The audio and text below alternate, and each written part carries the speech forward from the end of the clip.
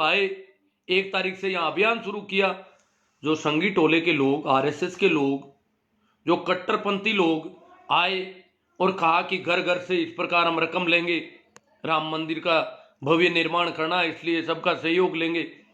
परंतु कोई न तो रुपयों की कमी, पहले भी 1400 करोड़ का गबन हो गया, तो हमने ये अभियान चलाया कि इन लोगों से सावधान हो जाओ, इनको रुपये राम मंदिर में काम नहीं लेना है, इनको किसानों के विरोध में रुपये काम लेने हैं।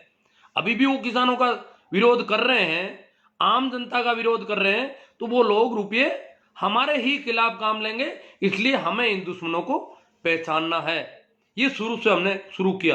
तो उन्होंने बड़ी सावचेती बरती। वो बड़े कस्बों से लेकर छोटे गांवों में अभी भी नहीं जा रहे हैं। उनको पता चल गया कि गांवों में लोग विरोध करेंगे। गांवों के लोगों में जागरूकता आ गई है। एक तो गरीबी, और फिर उसमें से पैसे देना, चाहे 10 भी रुपये दें तो 10 रुपये भी तो सही काम में दें, अपने दुश्मन की ताकत को बढ़ा दें 10 रुपये दे करके। तो इससे ज्यादा बेवकूफी क्या होगी। जैसे एक कहानी सुनी है ना, कि जिस डाल पे बैठा था उसी डाल को काट रहा है। तो हम किसान को ही काटेंगे। अगर किसान की मेहनत से किसान कटेगा तो ये क्या है। किसान को काटने वालों को अगर हम सहयोग देंगे तो बहुत बड़ा हो जाएगा हमारा। हम कमजोर पड़ जाएंगे, बहुत ज्यादा कमजोर पड़ जाएंगे कि हमारी ताकत हम उनको दे रहे हैं। हमने कभी न तो हम मंदिर का विरोध करते हैं, नहीं हम धर्मों का विरोध करते हैं। जो भी है, हिंदू मुस्लिम जो कुछ है, हम किसी का भी विरोध नहीं करते। और धर्म इन मंदिरों में, मस्जिदों में, इन बिल्डिंगों में, इन मकानों में है भी नहीं। धर्म आदमी के अंतरतल की स्थिति है, अंतस की स्थिति है, आदमी के हृदय का मामला है। ये इन भव्य इमारतों में नहीं है। अगर इमारतों में होता तो भर्तरी मेल छोड़ करके जंगल में नहीं जाते। धर्म आदमी के अंतर की खोज है।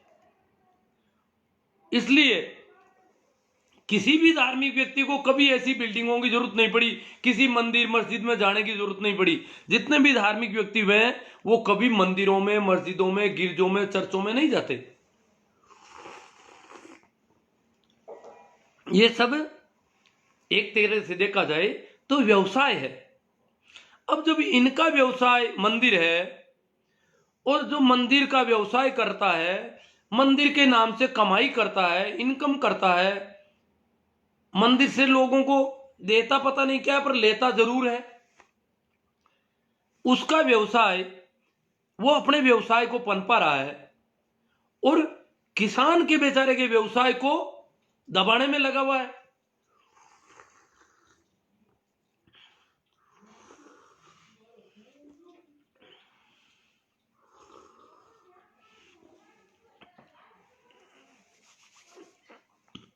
तो मैं बात कर रहा था कि मंदिर इनका व्यवसाय है। सीधी सी बात, मस्जिद भी व्यवसाय हो सकता है। सारे जो भी धर्म स्थल है वो एक तरह से दुकान है।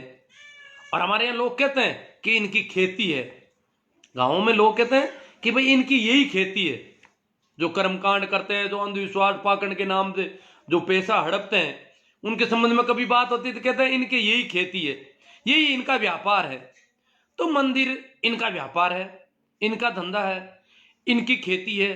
इनकी खेती को हम नुकसान नहीं पहुंचा रहे हैं। कभी कभी हमने इनकी खेती को नुकसान पहुंचाने का कोई उल्टा फायदा करते हैं इनकी खेती में। हालांकि इनकी खेती ऐसी है जिससे कभी किसी का पेट नहीं भरता। इनकी जो खेती है, इनका जो व्यवसाय, सारे व्यवसाय दुनिया के जो भी है वो कुछ उत्पादन करते हैं या व्यापार के जरिए इधर उधर वस्तुओं की व्यवस्था करते हैं, समाज में वितरण व्यवस्था करते हैं, विपणन की व्यवस्था करते हैं। परंतु इनका व्यवसाय ऐसा है, देना लेना कुछ नहीं। सिर्फ लेना लेना तो दिखता है, और दिया क्या जा रहा है वो अदृश्य है। सब आदमी जाते हैं, माना कि मंदिर जाते हैं, मस्जिद जाते हैं, गुरुद्वारे जाते हैं, अपनी पीड़ा लेके जाते हैं, अपने दुख दर्द लेके जाते हैं, अपनी समस्याओं के लिए जाते हैं। तो वहां उनको एक ढांढस बताया जाता है कि तू इतना रुपया दे दे और तेरा ये दुख दूर हो जाएगा। अब दुख दूर होगा नहीं, वो रुपये दे करके वो सोचता है मेरा दुख दूर हो जाए। रुपये, प्रसाद, कुछ भी, अनाज वगैरह जो भी देता है वो दे देता है, और वो उसके प्रतिफल में उसके दुख दूर करने का या उसके बिजनेस में फायदा करने का एक हवाई मामला कर देता है। तो ये अब सबको पता चल गया कि सब धोखा है, सब इतना नकली व्यापार है, इतना नकली व्यवसाय, इतना नकली बिजनेस है। और वो लोग किसानों को नकली किसान कह रहे हैं, जो इस प्रकार का नकली बिजनेस करते हैं, देते कुछ नहीं और हड़प लेते हैं, लोगों का शोषण कर लेते हैं, वो लोग किसानों को नकली किसान कह रहे हैं। कितनी दुखद बात है। समझना पड़ेगा कि ये हमारी दुश्मनी क्यों कर रहे हैं। आखिर हमने जब इनकी खेती को कभी नुकसान नहीं पहुंचाया तो ये हमारी खेती के पीछे क्यों पड़े हैं। हमने इसके व्यापार को कोई नुकसान नहीं पहुंचाया, इनके बिजनेस को कोई नुकसान नहीं पहुंचाया, जो दुनिया का सबसे गंदा बिजनेस है। इससे कोई किसी को संतुष्टि नहीं होती।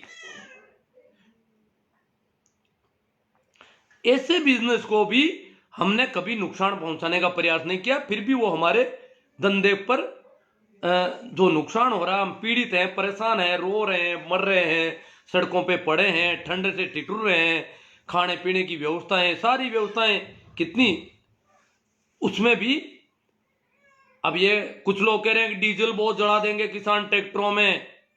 तो भैया मोदी जी से बात करो ना कि किसान डीजल ज्यादा जला रहे हैं। किसान जो डीजल जला रहे हैं ट्रैक्टरों में, डीजल अभी 35,000 ट्रैक्टर, भास्कर की रिपोर्ट में था कि 35,000 ट्रैक्टर इस जो कुंडली मानेसर पलवल हाईवे है, एक्सप्रेस वे, या कुंडली गाजीपुर पलवल, जो भी दिल्ली के चारों ओर का, उसमें 35,000 ट्रैक्टर पहुंच गए थे लगभग। तो 35,000 ट्रैक्टरों में तो डीजल काफी जलता है। और वो अब इनके पास, इनकी आईटी सेल के पास मुद्दा मिल गया कि इतने ट्रैक्टर डीजल जला रहे हैं, फिर मोदी जी को कहेंगे कि डीजल महंगा हो रहा है, डीजल खेती में काम लेना चाहिए कि इस प्रकार ट्रैक्टरों को चलाया जाना चाहिए। तो भैया मोदी जी से कह दो कि इनके कानून वापस कर लो, इनको फायदा नहीं देना है, इनके लक्षण ही नहीं है किसानों के फायदा देने के। तो उनसे तो तुम कहते नहीं, इनको क्यों दबाते हो बेचारों को। इन्होंने ऐसा क्या कर दिया, तुम्हारा क्या नुकसान किया, क्या तुम्हारे मां बाप को कुछ किया, क्या तुम्हारी मां को मार दिया कभी, क्या अपराध किया इन्होंने जो इनको दबाने की कोशिश हो रही है सारी की सारी, कि डीजल जला रहे हैं। अब डीजल तो और जल रहा है, हर गांव में 10-10 महिलाओं को ट्रैक्टर चलाने की ट्रेनिंग दी जा रही है, तो ट्रेनिंग में डीजल जल जाएगा काफी। तो जब उनको ट्रेंड किया जा रहा है, हालांकि वो बाद में ट्रेंड होगी तो खेती में भी ट्रैक्टर पे काम करेगी, अच्छी बात है, वो तो कोई बात नहीं। ट्रेंड जब भी कोई ड्राइविंग का होता है तो शुरू में डीजल जलता है, पर बाद में 1 लाख किसान, 1 लाख ट्रैक्टरों का टारगेट रखा है, तो 1 लाख ट्रैक्टर तो दूर दूर से भी आएंगे, डीजल और जलेगा। तो 26 जनवरी से पहले पहले, क्योंकि 22 जनवरी को ट्रैक्टर रवाना होने लग जाएंगे गांवों से, तो साहेब को कहो कि ये कानून वापस ले लो, ये जिद छोड़ो। किसान भी जिद्दी है, और किसान बहुत ज्यादा जिद्दी है, ये मर जाएंगे पर पीछे नहीं हटेंगे, ये उनको समझना चाहिए। ये जो पहले कहते थे ना बरगलाए, वो बरगलाए वाली, तब तो उनके भी बैठ नहीं रही है कि ये किसान तो जिद पकड़ लिया किसानों ने। अब कहते हैं किसान जिद क्यों कर रहे हैं। अभी भाई हमारे मदन जी दिलावर है राजस्थान से, पहले पूर्व मंत्री हैं राजस्थान के, तो उन्होंने तो बड़ा गजब का कि किसान बर्ड फ्लू फैला देंगे, किसानों की वजह से बर्ड फ्लू फैल रहा आंदोलन की वजह से। तो भैया इस बर्ड फ्लू की महामारी से निपटना है, इस बीमारी को फैलने से रोकना है, तो मोदी जी से निवेदन करो कि ये कानून वापस ले। क्यों इन किसानों को बेचारों को परेशान कर रहे हो। पहले ही बहुत दुखी हैं, 4 महीने से पड़े हैं, कहां पड़े हैं, कहां उनके भी घर बार होते होंगे, वो भी तो आदमी की औलाद है। किन परिस्थितियों में इस ठंड में इस गीली जमीन पर पड़े हैं। वो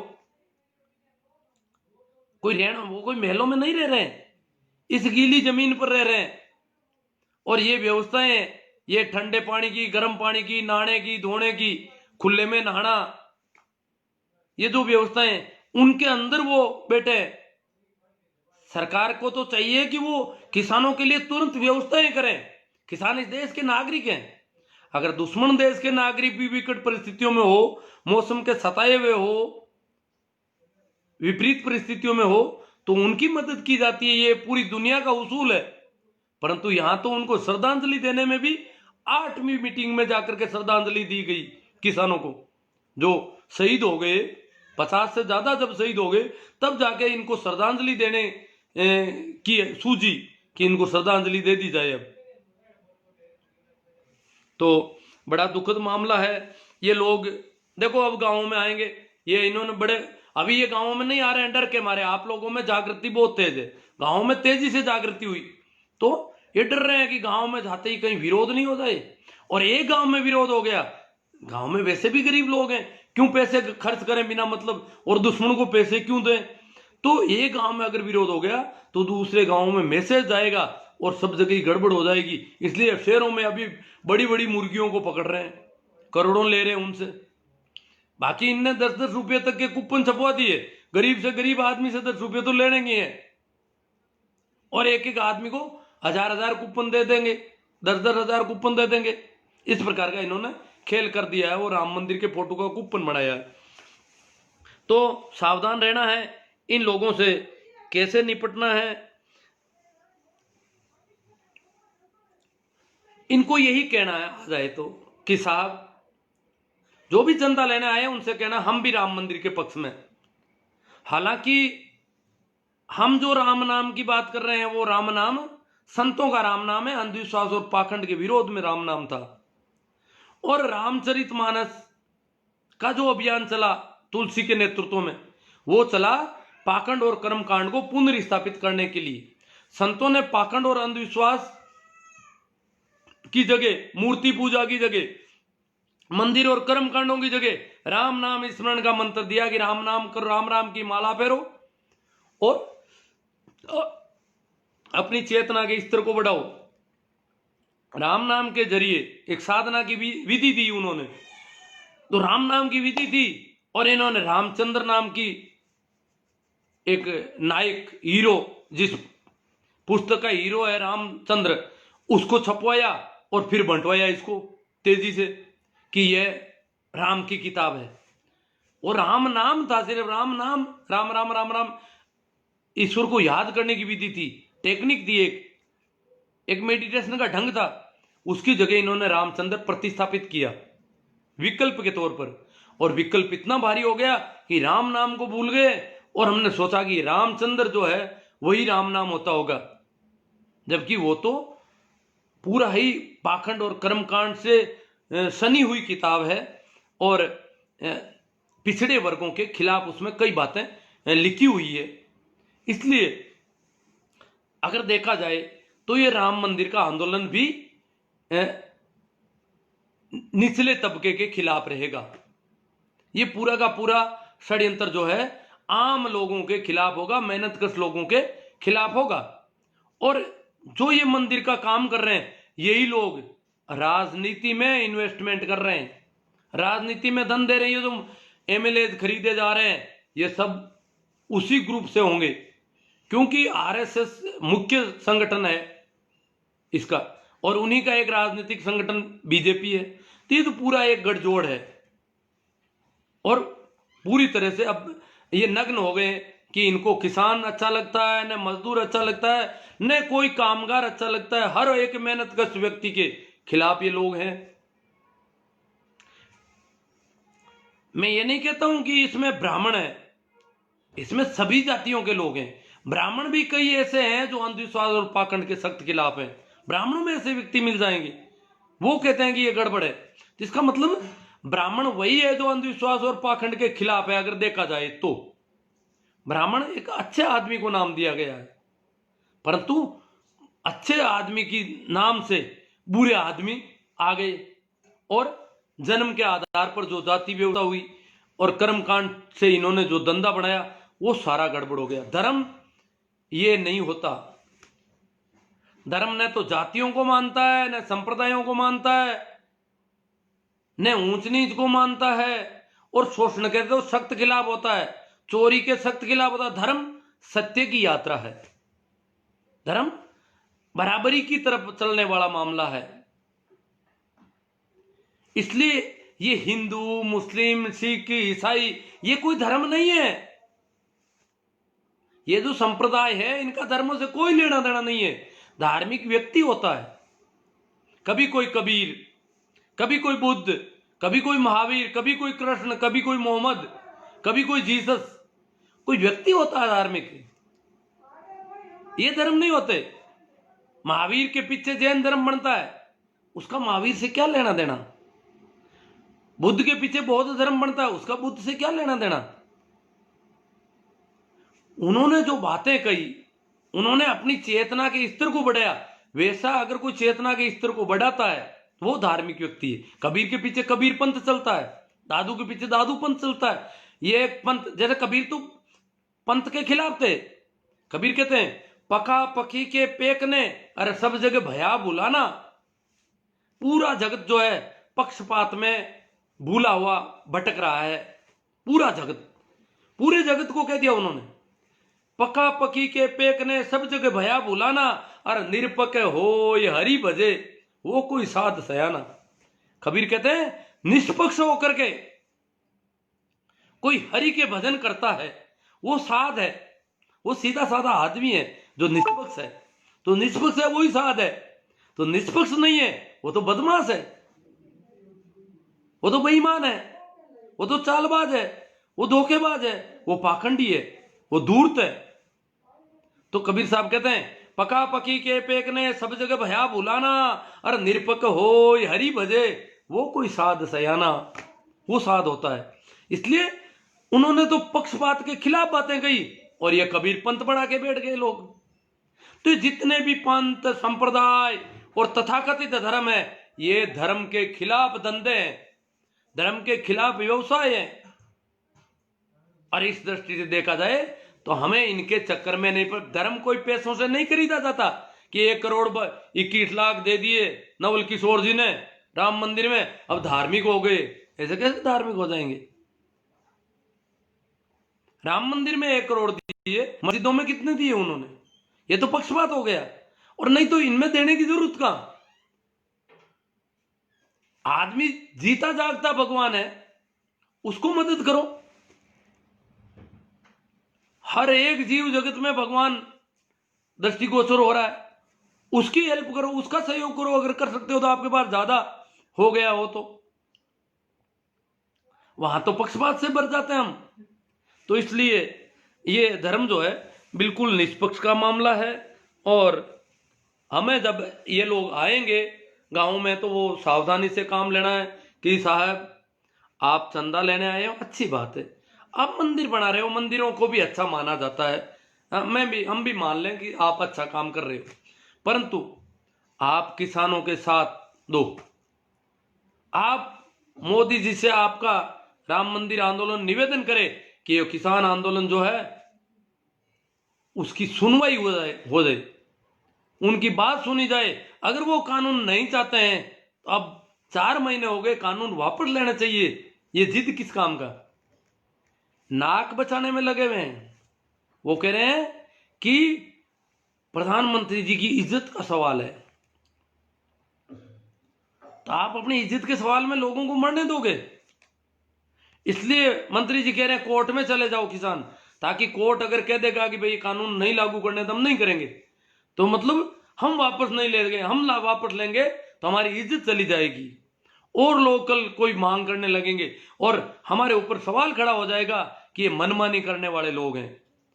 ये जो टुकड़े टुकड़े झूठे फायदे, कानूनों के फायदे बता रहे थे, वो सब झूठ निकल गए। अब जो कानून इतने फायदे वाले हैं तो आधे से ज्यादा कानून को तो सरकार सहमत होगी कि आधे से ज्यादा तो इसके हम तोड़ देंगे, संशोधन कर देंगे, ज्यादातर संशोधन कर देंगे, परंतु कानून रहना चाहिए। फिर कहां कानून रहेगा जब इसकी हड्डियां पसलियां निकाल रहे हो आप। सरकार उसकी हड्डियां पसलियां निकालने को तैयार हो गई कानून के ढांचे की। जो कानून खड़ा कर रखा है इन्होंने, उसके ज्यादातर जो है वो वापस लेने को तैयार है, संशोधन करने को तैयार है, पर पूरी तरह से वापस लेकर के हमारी इज्जत मत खराब करो, हमारी इज्जत उछल जाए, हम नंगे हो जाएंगे। तो भैया नंगे होना पड़ेगा आपको। आप तो नंगे हो गए। आप आतंकवादी बता रहे थे, आप टुकड़े टुकड़े गैंग बता रहे थे, आप इनको पता नहीं क्या क्या कह रहे थे, खालिस्तानी, ये वो, नकली किसान, असली किसान खेतों में। तो आप तो नंगे हो गए। आप फायदे गिना रहे थे कल तक, आप नंगे हो चुके हैं। अब आप उस कानून के सारे अंदर से हड्डियां पसलियां निकाल करके और कह रहे हो इतना सा कानून रख लो, आप हमारी बात रह जाए, हमारी इज्जत रह जाए कि हमने मनमानी नहीं की, कानून सही था, किसान मान गए, थोड़ा सा संशोधन किया। थोड़ा सा क्या संशोधन कर रहे हो, पूरा का पूरा संशोधन कर रहे हो आप तो लगभग। कहां थोड़ा सा हो रहा है? तो ये जिद अच्छी बात नहीं है, कानून वापस लेना चाहिए। जब कह रहे हैं कि मैं हाथ जोड़ने को तैयार हूं, झुकने को तैयार हूं, मोदी जी ने ये बात कही है काफी दिनों पहले, तो अब झुक जाओ, अब हाथ जोड़ लो इन किसानों से। कुछ अंधभक्त कह रहे हैं किसान अन्नदाता नहीं है, अन्न उत्पादक है। हम माना कि अन्नदाता नहीं है, देता नहीं है फ्री में, किसी को पैदा कर रहा है, उत्पादक है, मत कहो अन्नदाता, कोई बात नहीं। परंतु किसान यहां का नागरिक तो होगा, उसको संवैधानिक हक तो होगा अपना विरोध प्रदर्शन करने का। उसके बिजनेस को, उसकी खेती को जो नुकसान होने का उसको डर हो गया है, जिसके लिए वो मरने मारने को तैयार, मर रहा है, मार तो नहीं रहा, मर रहा है बेचारा, तो उसकी सुनवाई होनी चाहिए। अब ये कब होगी? बड़ी विचित्र स्थिति है। तरह तरह के कई इन्होंने अनछट बातें किसानों के संबंध में आज भी चल रही है। कुछ लोग कह रहे हैं पूंजीपति इस देश की रीढ़ है, तो हम भी कह रहे हैं पूंजीपति रीढ़ है। ये जो विकास देखा जा रहा है उद्योग धंधों का, ये जो व्यापार, ये जो इतनी चीजें, ये फोन एक गरीब किसान चाइना से जाकर के नहीं ले आता, ये ऐनक किसान से नहीं बनती, मजदूर से भी नहीं बनती आसानी से, क्योंकि उसके पास इतना तामझाम नहीं होता। इसके लिए भी काफी लेंस वगैरह, ये सारे जो छोटे छोटे उपकरण है, उनको बनाने के लिए काफी उद्योग लगाना पड़ता है, वो उद्योग पूंजीपति लगाता है। तो हमारे देश में मिश्रित अर्थव्यवस्था है, पूंजीपति को भी इस अर्थव्यवस्था के विकास में अहम भूमिका रखी है। हमारे देश के जो सिस्टम है, इकोनॉमी है, उसमें ये मिश्रित अर्थव्यवस्था को अपनाया गया। तो पूंजीपति को हमने आगे रखा। क्यों आगे रखा? कि देश को विकसित देशों की श्रेणी में ले जाना है, और पूंजीपति के बिना विकसित देशों की श्रेणी में नहीं जा सकते। उद्योग धंधे जरूरी है, उद्योग धंधों से रोजगार मिलता, हम भी मानते हैं, उद्योग धंधों से रोजगार मिलता है, पूंजीपतियों से विकास को हेल्प मिलती है। सब कुछ जो भी विकास हम देख रहे हैं वो अच्छी पूंजी वाले लोग ही कर पाते हैं। बाकी कम पूंजी वाले तो श्रम कर सकते हैं, मेहनत कर सकते हैं, शोषण करवा सकते हैं अपना जितना हो सके। बाकी ऐसा विकास गरीबों के बूते में नहीं है, ये इन धनपतियों के बूते में मानते हैं हम भी टाटा के साथ हैं, हम बिरला के साथ होंगे, हम अडानी के साथ होंगे, अंबानी के साथ होंगे। परंतु हम ये भी जानते हैं कि धीरू भाई अंबानी बहुत गरीब आदमी था, कहते हैं लेबर क्लास में था, मजदूरी करता था, और आज भारत का सबसे बड़ा उद्योगपति घराना हो गया वो। ये क्या किया? ऐसे कैसे धन इकट्ठा करने का ये क्या सिस्टम है? दुनिया भर में जितने भी पूंजीपति है, जितने भी धनेडे लोग हैं, उनका सिस्टम है कि एक भी विकसित देश का पूंजीपति इस प्रकार बुरी तरह से हड़पने का काम नहीं करता। उल्टा अपनी पूंजी का बहुत बहाव करता है आम लोगों के सहयोग में। यहां पर आम लोगों का केवल शोषण होता है। दुनिया के लोग अचरज कर रहे हैं कि भारत के पूंजीपति बड़े निष्ठुर हैं, हड़पने में लगे रहते हैं, शोषण ही शोषण करते हैं, धन का अंबार लगा देते हैं, परंतु कभी सहयोग के, भलाई के काम, ढंग के काम कभी नहीं करते। जो जनता से सरोकार रखने वाले काम है, जो आम जन को सहयोग देने, उनको ऊंचा उठाने के काम है, उसमें इनका इन्वेस्टमेंट बिल्कुल नहीं है, इनका कोई हिस्सा नहीं है। ये कैसे पूंजीपति है इस देश के पूंजीपति? आपकी जानकारी के लिए बता दूं कि दुनिया में सबसे ज्यादा कंजूस पूंजीपति भारत का पूंजीपति है। भारत का पूंजीपति कभी वेलफेयर के काम नहीं करता, थोड़ा दिखावा करता। हम सोचते हैं ये तो बहुत दान पुण्य कर रहे हैं, वो कर रहे हैं, वो मंदिरों मस्जिदों में उधर देता होगा। सोशल वेलफेयर, जो जनता की सहायता के जो काम होने चाहिए, वो यहां का पूंजीपति नहीं करता।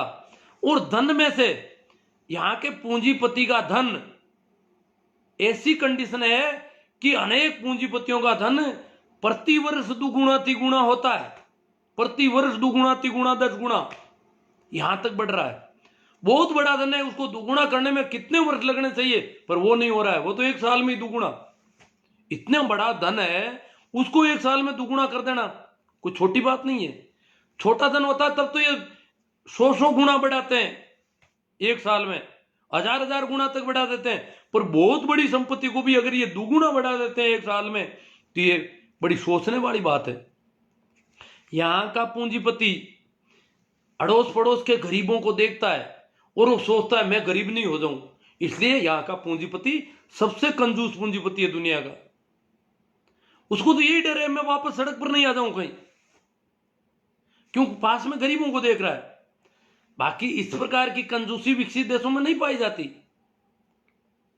वहां लोग पैसे खर्च करने के मामले में इतने कंजूस नहीं है जितने यहां के लोग हैं। कारण कि यहां बहुत ज्यादा गरीबी देखी जाती है, अड़ोस पड़ोस में भिखमंगे दिखते हैं चारों ओर, तो उसको डर लगता है कहीं मैं ऐसा नहीं हो जाऊं। वहां तो ऐसा कोई दिख नहीं रहा है, वो सोचते कम थोड़ी पड़ते, किसी के पास कम नहीं है तो मेरे पास कम कैसे पड़ेगा धन।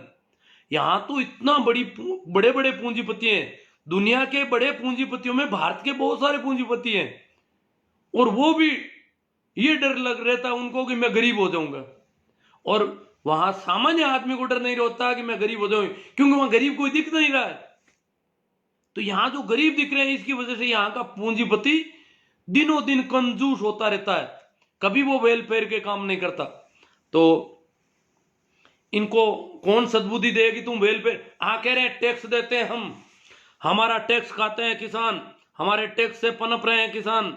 अरे भैया शोषण कितना कर रहे हो तुम, कैसे टैक्स देते हो, कैसे टैक्स चोरी करते हो, ये सारी बातें भी हम रोज देखते हैं। तुम उत्पादन कहीं करते हो, नए उद्योग को टैक्स फ्री करवाने के नाम पे नया उद्योग लगाते हो।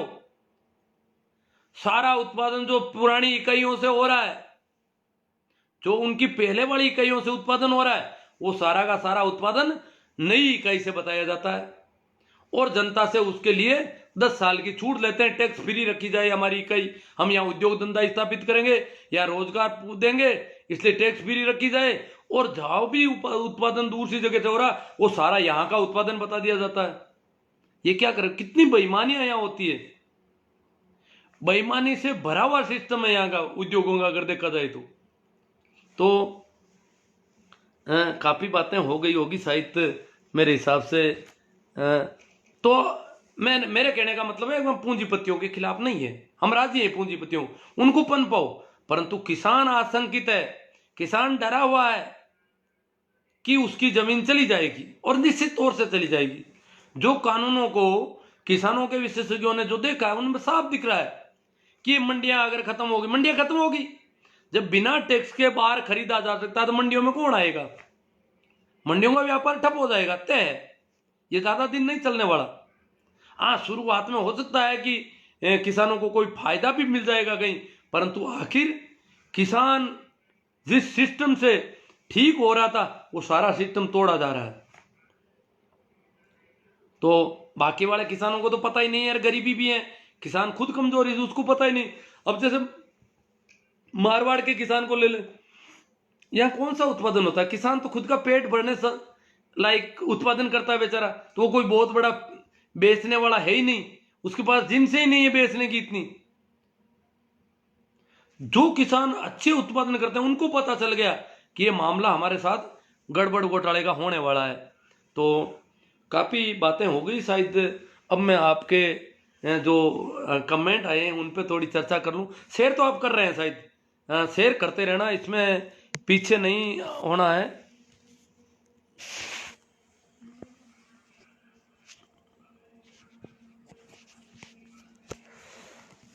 हाँ तो अब मैं सीधी सीधी बात आपसे करूँ कमेंट के जरिए। तो जुड़ गए हैं हीरा राम जी गोदारा, सरवण जी चोटिया, सुरेंद्र जी बाबल, राम सिंह जी जाखड़, जेठाराम जी तंवर, कालू राम जी मेघवाल, महेंद्र जी पूनड़, महेंद्र जी कड़लू के महेंद्र जी हैं, इनेलो में ये हरियाणा, ये कंवरा राम जी। अब इस देश में आप जैसे इंसान की सख्त जरूरत है। मैं तो अभी आप भी मेरे जैसे ही हो, जो मेरी मदद कर रहे हो, जो सहयोग कर रहे हो, सभी की ज़रूरत है। और बहुत सारे लोग हैं, मैं तो घर पे बैठा बैठा देखो, लोग ठंड में वहाँ कितना कर रहे हैं, मैं तो अभी वहाँ जा ही नहीं पाया। भाई नमो बुदाई जी कहते हैं कि मदन दिलावर को तो जूता मारना चाहिए। वो जूते देखो, हम किसी को जूते में, किसान आंदोलन बिल्कुल शांति प्रिय आंदोलन है। संयम और धीरज के साथ किसान अपनी मांगों पर अड़े हुए हैं और अड़े रहेंगे। भाई राम सुख जी, रमेश जी सैनी, तुलसी ने हमारे समाज को बहुत नुकसान पहुंचाया। पहुंचाया वो तो है उनका। बागड़िया, बनीराम जी बागड़िया, ओम जी पूनिया, मेघराज जी राव, रंडी रोना रोते रहो सा। अब मेघराज जी को तो पता नहीं क्या चिंता है, हम जो बात कर रहे हैं उसको रंडी रोना मान रहे हैं। समझ में नहीं आ रही कौन सा रन, हम तकलीफ में, हम पीड़ा में हैं, हमारी प्रति सहानुभूति होनी चाहिए कि किसान कितना दुखी है इस देश का। इस देश का किसान, उस पर कोई सामत आई है तभी तो इतना दुखी है, अन्यथा क्यों होता। तो मेघराज जी थोड़ा हृदय से बात करो, सोचोगे वो किसान कैसे रह रहे होंगे उस ठंड में, जो दिल्ली के आसपास की ठंड है। आसू जी सियाग, ओमाराम जी चौधरी, राजेश जी चांगल, एक हनुमान जी, हाँ, संजीप हनुमान जी, आप सुनते ही क्यों हो जब रंडी रोना रोवे तो। हाँ, ये हनुमान जी कह रहे हैं भाई आप इनकी सुनते क्यों हो, ये रंडी रोना रो रहे हैं तो। ये विरोध करने के लिए आते हैं जी, कि इनकी मुहिम को कमज़ोर किया जाए, हमारी मुहिम को कमज़ोर करने के लिए। ओम प्रकाश जी मुंडेल, जेठाराम जी बागड़िया, बाबूलाल जी नाट सर, मेघराज राव, क्यों दुनिया ने मूर्ख बनाओ सा। ओ अरे बादल सिंह जी बड़े मज़े हैं मेघराज जी के तो, कि दुनिया ने मूर्ख बनाओ है। तो जागृति आ रही होगी, इतने लोग यूँ थोड़ी सुनते हैं, कोई जागरूकता आ रही है। जो बातें रख रहे हैं, हम तो चर्चा कर रहे हैं, आपकी तरफ से जो कमेंट आ रहे हैं उन पर चर्चा कर रहा हूँ। अब मेघराज जी ने मेरे ऊपर आरोप लगाया कि मूर्ख बना रहा हूं मैं दुनिया को, तो मुझे भी इस पर विचार करना पड़ेगा मैं कैसे मूर्ख बना रहा हूं और किस किस को बनाया दुनिया में। अभी इन्होंने आइडेंटिफाई नहीं किया कौन बनाया मेरे से मूर्ख। अब जो मेरी हाँ बढ़ रहे हैं वो मूर्ख बन गए नहीं, वो उनको खुद के विचार से, उनके चिंतन में जब उनको बात लगी कि ये ठीक है, तब वो मेरी हाँ भर रहे हैं। कोई वो मेरे कहने से नहीं, मैं कोई दबाव तो किसी पे बना ही नहीं रहा हूं, मैं तो सीधी सीधी बात रख रहा हूं। तो हाँ भरने की कहाँ जरूरत है, मैं आग्रह नहीं कर रहा हूं, कोई मेरा दुराग्रह नहीं है कि मैं कहूँ वही बात मानी जाए, तो मैं कैसे मूर्ख बना रहा हूँ। बादल सिंह जी गुडसर, एम एल लोहिया, सबसे बड़े आप मूर्ख हो जो सुन रहे हो। हाँ, इनको कह रहे मेघराज। आज नागौर के सभी अच्छे अच्छे भामाशाहों ने करीब, अब पता नहीं ये कितने हैं, 50 करोड़ रुपये हो गए शायद, मैं ठीक से नहीं नहीं, ये तो 50 लाख की है। चलो 50 लाख रुपये की राशि राम मंदिर निर्माण में के लिए दी है। अरे आप रंडी रोता नो, वो नागौर शहर में दी, गाँव में नहीं आ रहे ना, मेरे गांव में तो शायद अभी नहीं आए, मुझे नहीं लगता। मेरे गांव के लोग तो सवाल पूछेंगे ऐसे कैसे देंगे। तब हम तो पहले ही, हमारे गांव में भी रुपयों की बहुत ज़रूरत है, हम तो गांव में है ही क्या, सुविधाएं कहाँ है पूरी। गांव में जो सुविधाएं चाहिए हमारे विद्यालय में, जहाँ कहीं भी चाहिए, वहाँ तो हम कमज़ोर पड़ रहे हैं, तो कैसे दे पाएंगे इनको। संदीप जी रोल साहबदार, बलदेव जी चौधरी, पाखंडियों का भंडा फोड़ कर रहे हो। बलदेव जी को बहुत अच्छी लगती है बातें।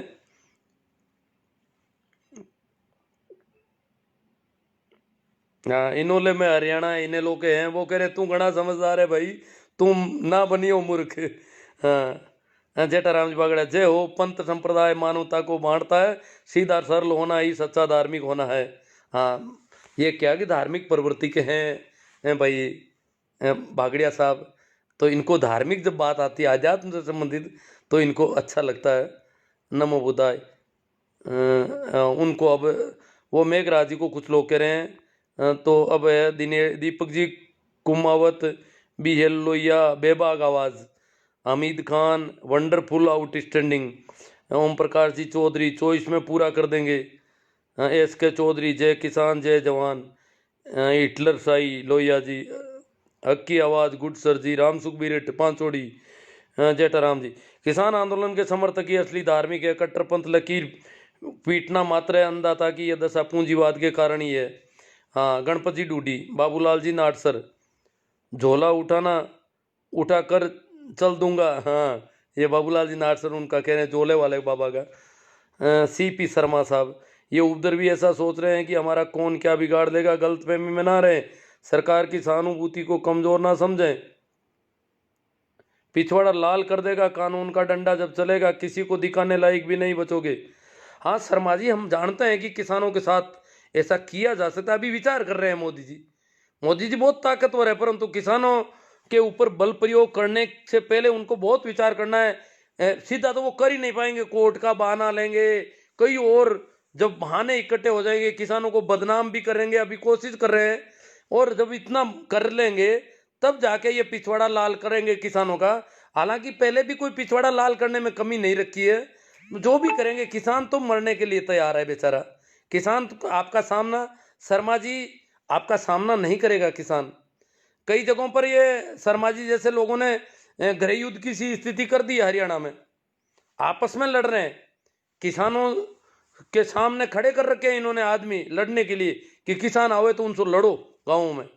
इस प्रकार ये आपस में भड़का रही है। अभी तो सरकार खुद के पास सरकार की कमजोरी है, तभी तो आपस में भड़का रही है। वो सोच रहे हैं कि आपस में दंगे भड़क जाएं तो फिर हमारे पास बहाना मिल जाए। मेरा सर आपके गांव में, ओ चलो, रामेश्वर लाल जी कसवा, आपके विचार अनुकरणीय है। जेठाराम जी बागड़े असली देवता किसान है, नमन है हमारा शक्कर देव। कमलेश जी लिम्बा, ML लोहिया, 20 लाख करोड़ रात पैकेज का क्या हुआ?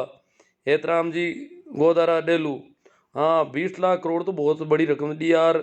मेघवाल जी, कैसाराम जी चौधरी, राजेंद्र जी सियाग, जय किसान देव एकता, कैसाराम जी JD जाट, राजेंद्र जी, जेठाराम जी, भारत के पूंजीपति शोषक और पापी है, देश के सबसे बड़े चोर हैं। हाँ, विकास भले को चोरी बहुत करते हैं। रमेश ठाकर, वीरमाराम चौधरी, 10 ग्रुप में शेयर किया है पोस्ट को, बहुत अच्छी बात है वीरमाराम जी, आपका धन्यवाद कि आप किसान आंदोलन में बहुत अच्छा योगदान दे रहे हैं। ये ऐसी पोस्टें शेयर करनी चाहिए हमें दिन भर। मेरी क्या, आप देखते हो कानों से बिल्कुल बेकार, ये आंखें ऐनक से काम कर रही है, फिर भी दिन भर में कितना काम करता हूँ आप ताजुब करोगे। रात की 12-1 बजे से पहले नींद नहीं ले पाता हूँ, इतना मैं इन चीज़ों को देख रहा हूँ।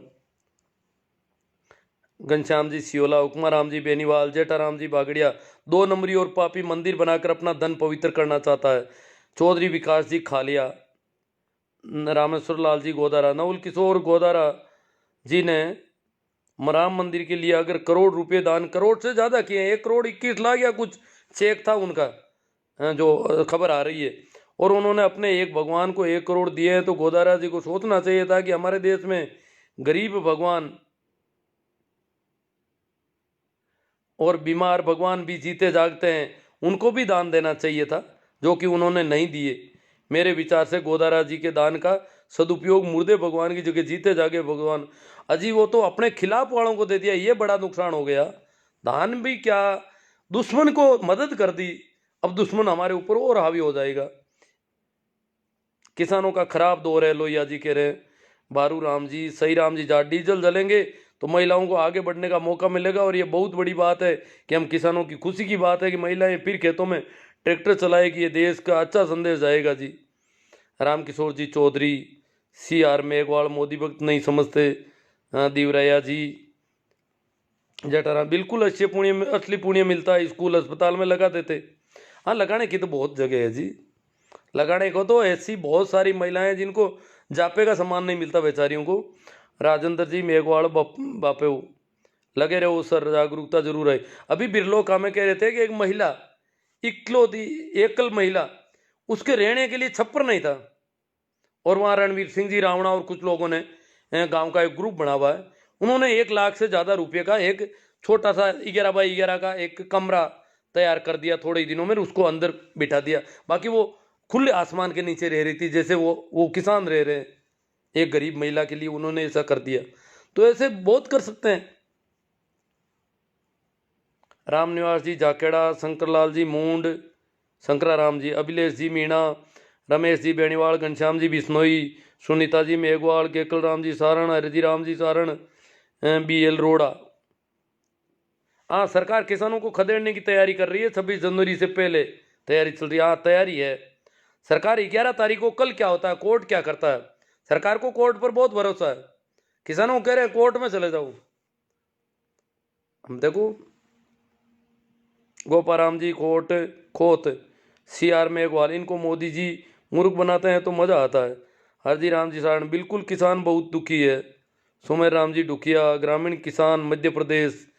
AR इनानिया जोधपुर, गुडसर जी, मूला राम जी मेरिया, केएल सारण मार्गदर्शक जी ऐसे ही जागरूकता करते रहो, आपको सैल्यूट करते हैं। किसान आंदोलन की तरह आपका ही यह जागृति का आंदोलन है एक प्रकार से।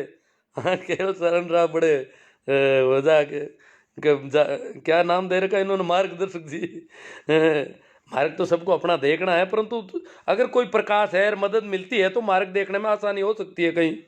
तो ठीक है, आपको आसानी लग रही है कि अपने मार्ग में कुछ आसानी रहेगी मेरी बातों से, अच्छी बात है। रमेश जी बेनीवाल, दिनेश जी डिटेल, आपके जन जागृति अभियान के हम कायल हैं। दिनेश जी डिटेल कह रहे हैं हम तो कायल हैं, आप जो इतना कर रहे हो। हाँ, तो तभी मैं कर पा रहा हूँ, जब आप लोग इतना सुन रहे हो तभी मैं कर पा रहा हूँ। धीरू डोलिया रोहिणा, किसान हूँ, किसान का दर्द किसान ही समझ सकते हैं। अंधभक्त लोग तो बलात्कारियों को भी समर्थन करते हैं, किसानों का नहीं। हाँ देखो, बलात्कारियों के पक्ष में रैलियां निकाली लोगों ने, इस देश में ये हालत है। सरपंच सिराधन, किसान जब तक परेशान रहेगा देश में तूफान रहेगा, किसान आंदोलन। वैना राम जी तंवर, लूणा राम जी गोदारा, सरपंच सिराधन, जब तक बंद ना होगा गुफाओं का कोना कोना तब तक बंद नहीं होगा अंधभक्तों का पैदा होना। गुफाओं से पैदा होते हैं क्या अंधभक्त? रमेश जी बेनीवाल, DR मेघवाल, रमेश जी बेनीवाल, बागड़िया भाटी, नहीं भागीरथ जी भाटी, हमारा मार्गदर्शन करने के लिए धन्यवाद, ये कह रहे हैं तूफान रहेगा। रमेश जी बेनीवाल, रमेश जी नैना राम जी, पीरा राम जी पालड़िया, 7 साल पहले ब्राह्मण हर साल एक पीपा धान लेते लाटा में आते, मैंने 7 साल से पीपा बाजरी देनी बंद कर दी, वो आपकी मौज है। रमेश जी बेनीवाल, धीरू राम जी कड़ेला, रमेश जी बेनीवाल, भाई लक्ष्मण जी जाट, बिल्कुल सही कहा आपने इनानिया जी। हाँ, कोई बात जो थी वहाँ पे बोले हैं ये, अब कमेंट में अब देख रहा हूँ। अब है जैन जेठवाल, उमा राम जी खोजा, तनसुख जी खुड़ीवाल, खरी खरी, इनको खरी लग रही है। हरिराम जी पवार, गुजर साहब, वीरेंद्र जी सिंह जी गुजर है, झूठ मत बोलो, कुछ शर्म करो। मैं झूठ लग रहा हूँ इनको, तो अच्छी बात है। तो आप सत्य का पता करो, आखिर सत्य है क्या? सत्य सिर्फ मोदी जी कहते हैं वही है क्या? वो तो झूठ बोलते नहीं, उनको मन की बात में फायदे बता रहे हैं वो अभी। रमेश बेनीवाल, कमलेश जी निम्बड़, अनुक्रिया विचार, अनुकरणीय विचार लगा कमलेश जी निम्बड़ को। खेमाराम जी गोदारा, वंदराम जी, ये क्या पता क्या कह रहे हैं। धीरज कुमार जी, राम अवतार राधे, नाथुराम जी मेघवाल, ब्रजेंद्र जी गुजर, कितने पैसे मिलते हैं यहाँ बैठने के? मैं पैसों का भूखा नहीं हूँ, मुझे खरीदने की तो वो लग नहीं रहा है कि आप लोगों के पास कुछ है ऐसा। इस मामले में मैं बहुत संपन्न आदमी हूँ कि मुझे कोई खरीद ले, ऐसा नहीं हो सकता। नेमी जी सोमड़वाल, अंधभक्त और गोबर गणेश, किसानों के बच्चों को सिर्फ इतना अब समझ लेना चाहिए कि इस किसान आंदोलन का विरोध सबसे ज़्यादा किस वर्ग के लोग कर रहे हैं, कम से कम इनको तो पहचानो और सोचो कि आखिर विरोध किसानों का क्यों कर रहे हैं। मुझे लगता है अब इनको अपनी दुकानें बंद होने का भय सता रहा है। रमेश जी जयपाल, ML लोहिया, आप युवा वर्ग के मार्गदर्शक हैं। सुनीता जी मेघवाल, बहुत अच्छे विचार, 2-3 दिन में आपसे गांव मिलने आऊँगी। अच्छी बात है, स्वागत है आपका। मैं सुनता बहुत कम हूँ सुनीता जी, अब देख लेना आप आती है तो आप जाने अपनी। काना राम जी जानी, राम रतन जी कुचेरिया, जसराज जी चैनपुरा, जसराज जी शेडा पटेल, राउत जी मेघवाल, ओडिंट, शानदार गुरु जी लगे रहो। से नवीन जी भाकर, राम रकबले, वेरी नाइस। इनको कुछ पढ़ नहीं पा रहा हूँ। सुरेंद्र सिंह जी, परमाराम जी दूंदवाड़, धन्ना राम जी ठींगड़ा, ओ धन्नाराम जी अध्यापक हैं, मेरे मित्र हैं। कमलेश जी निम्बड़, अनुकरणीय विचार। अब देखो मैं देख रहा हूँ काफ़ी हैं। बुद्ध सिंह जी रावणा जसोल, अर्जुन जी खान, अजरुद्दीन खान, दन्ना राम जी जय हो शिवनारायण जी, सुभाष जी अरटवाल, एम एल लोहिया, आपके हौसले को सलाम। तेजा राम जी मेघवंशी, बहुत अच्छा मोटिवेशन कर रहे हो साहब। जसराज जी चैनपुरा, मेहरा राम जी, दुकान है आप तो इतना कर रहे हो। कालू परियार, सोनी सर, हमें आपके विचारों से सहमत है sir ji. You are the great guru ji, बादल सिंह जी। ओम जाट जी, कंकड़ा ऐसे ओम जी। ओम जी कंकड़ावा तो नहीं है, ओम जी कोई कंकड़ा ऐसे अलग है फिर। जसराज जी चैनपुरा, महिपाल जी मेरा, मेगा राम जी सियाव, चीफ जस्टिस, भारत को किसानों को न्याय दिलाने हेतु मोदी को सलाह देनी चाहिए। पेमा राम जी धूंधवाड़, तेजा राम जी मेघवंशी, लोकतंत्र बचाओ साहब। हाँ ये लोकतंत्र बचाना है अपन को। निर्मला जी कुड़ीवाड़, जसराज जी चैनपुरा, पद्मा राम जी, मांगीलाल जी भांबू, दुर्गा राम जी सचिन जी, प्रेमा राम जी, जितेंद्र गोस्वामी, भगवान सिंह जी राठौड़ के, विष्णा राम जी मुंडन, सोना राम जी, बादल सिंह जी, विष्णा, और कई नाम तो वापस वही आ जाते हैं, कुछ वो जो खो गए पता नहीं। महेंद्र जी लटियाल कह रहे हैं आपके जज्बे को सलाम। सरवण राम जी शुक्रिया गुरु जी। तो बहुत सारे कमेंट सही है कि लोग बाद में कुछ लोग कहते हैं कि हमारे कमेंट को आप जानबूझकर नहीं लेते हो, कि क्या बात है। हालांकि सबको पता है कि मैं जानबूझकर कोई कमेंट नहीं छोड़ता हूँ, विरोधी से विरोधी का भी लेने की कोशिश करता हूँ, क्योंकि कमेंट सबके लेने चाहिए। देवराज जी सिरोही, जसराज जी, दन्ना राम जी झमेला। तो ठीक है, काफ़ी बातें हो गई, शेयर आप कर रहे हो, उस सब के लिए मैं आपका आभार प्रकट करता हूँ। शायद कमेंट भी जो आने थे आ गए, तो इसलिए विदा लेने से पहले एक बार फिर आप सभी को मेरा प्रणाम, नमस्कार, राम राम। शेयर करें और YouTube चैनल को भी जितना हो सके ज़्यादा से ज़्यादा उसमें देखें।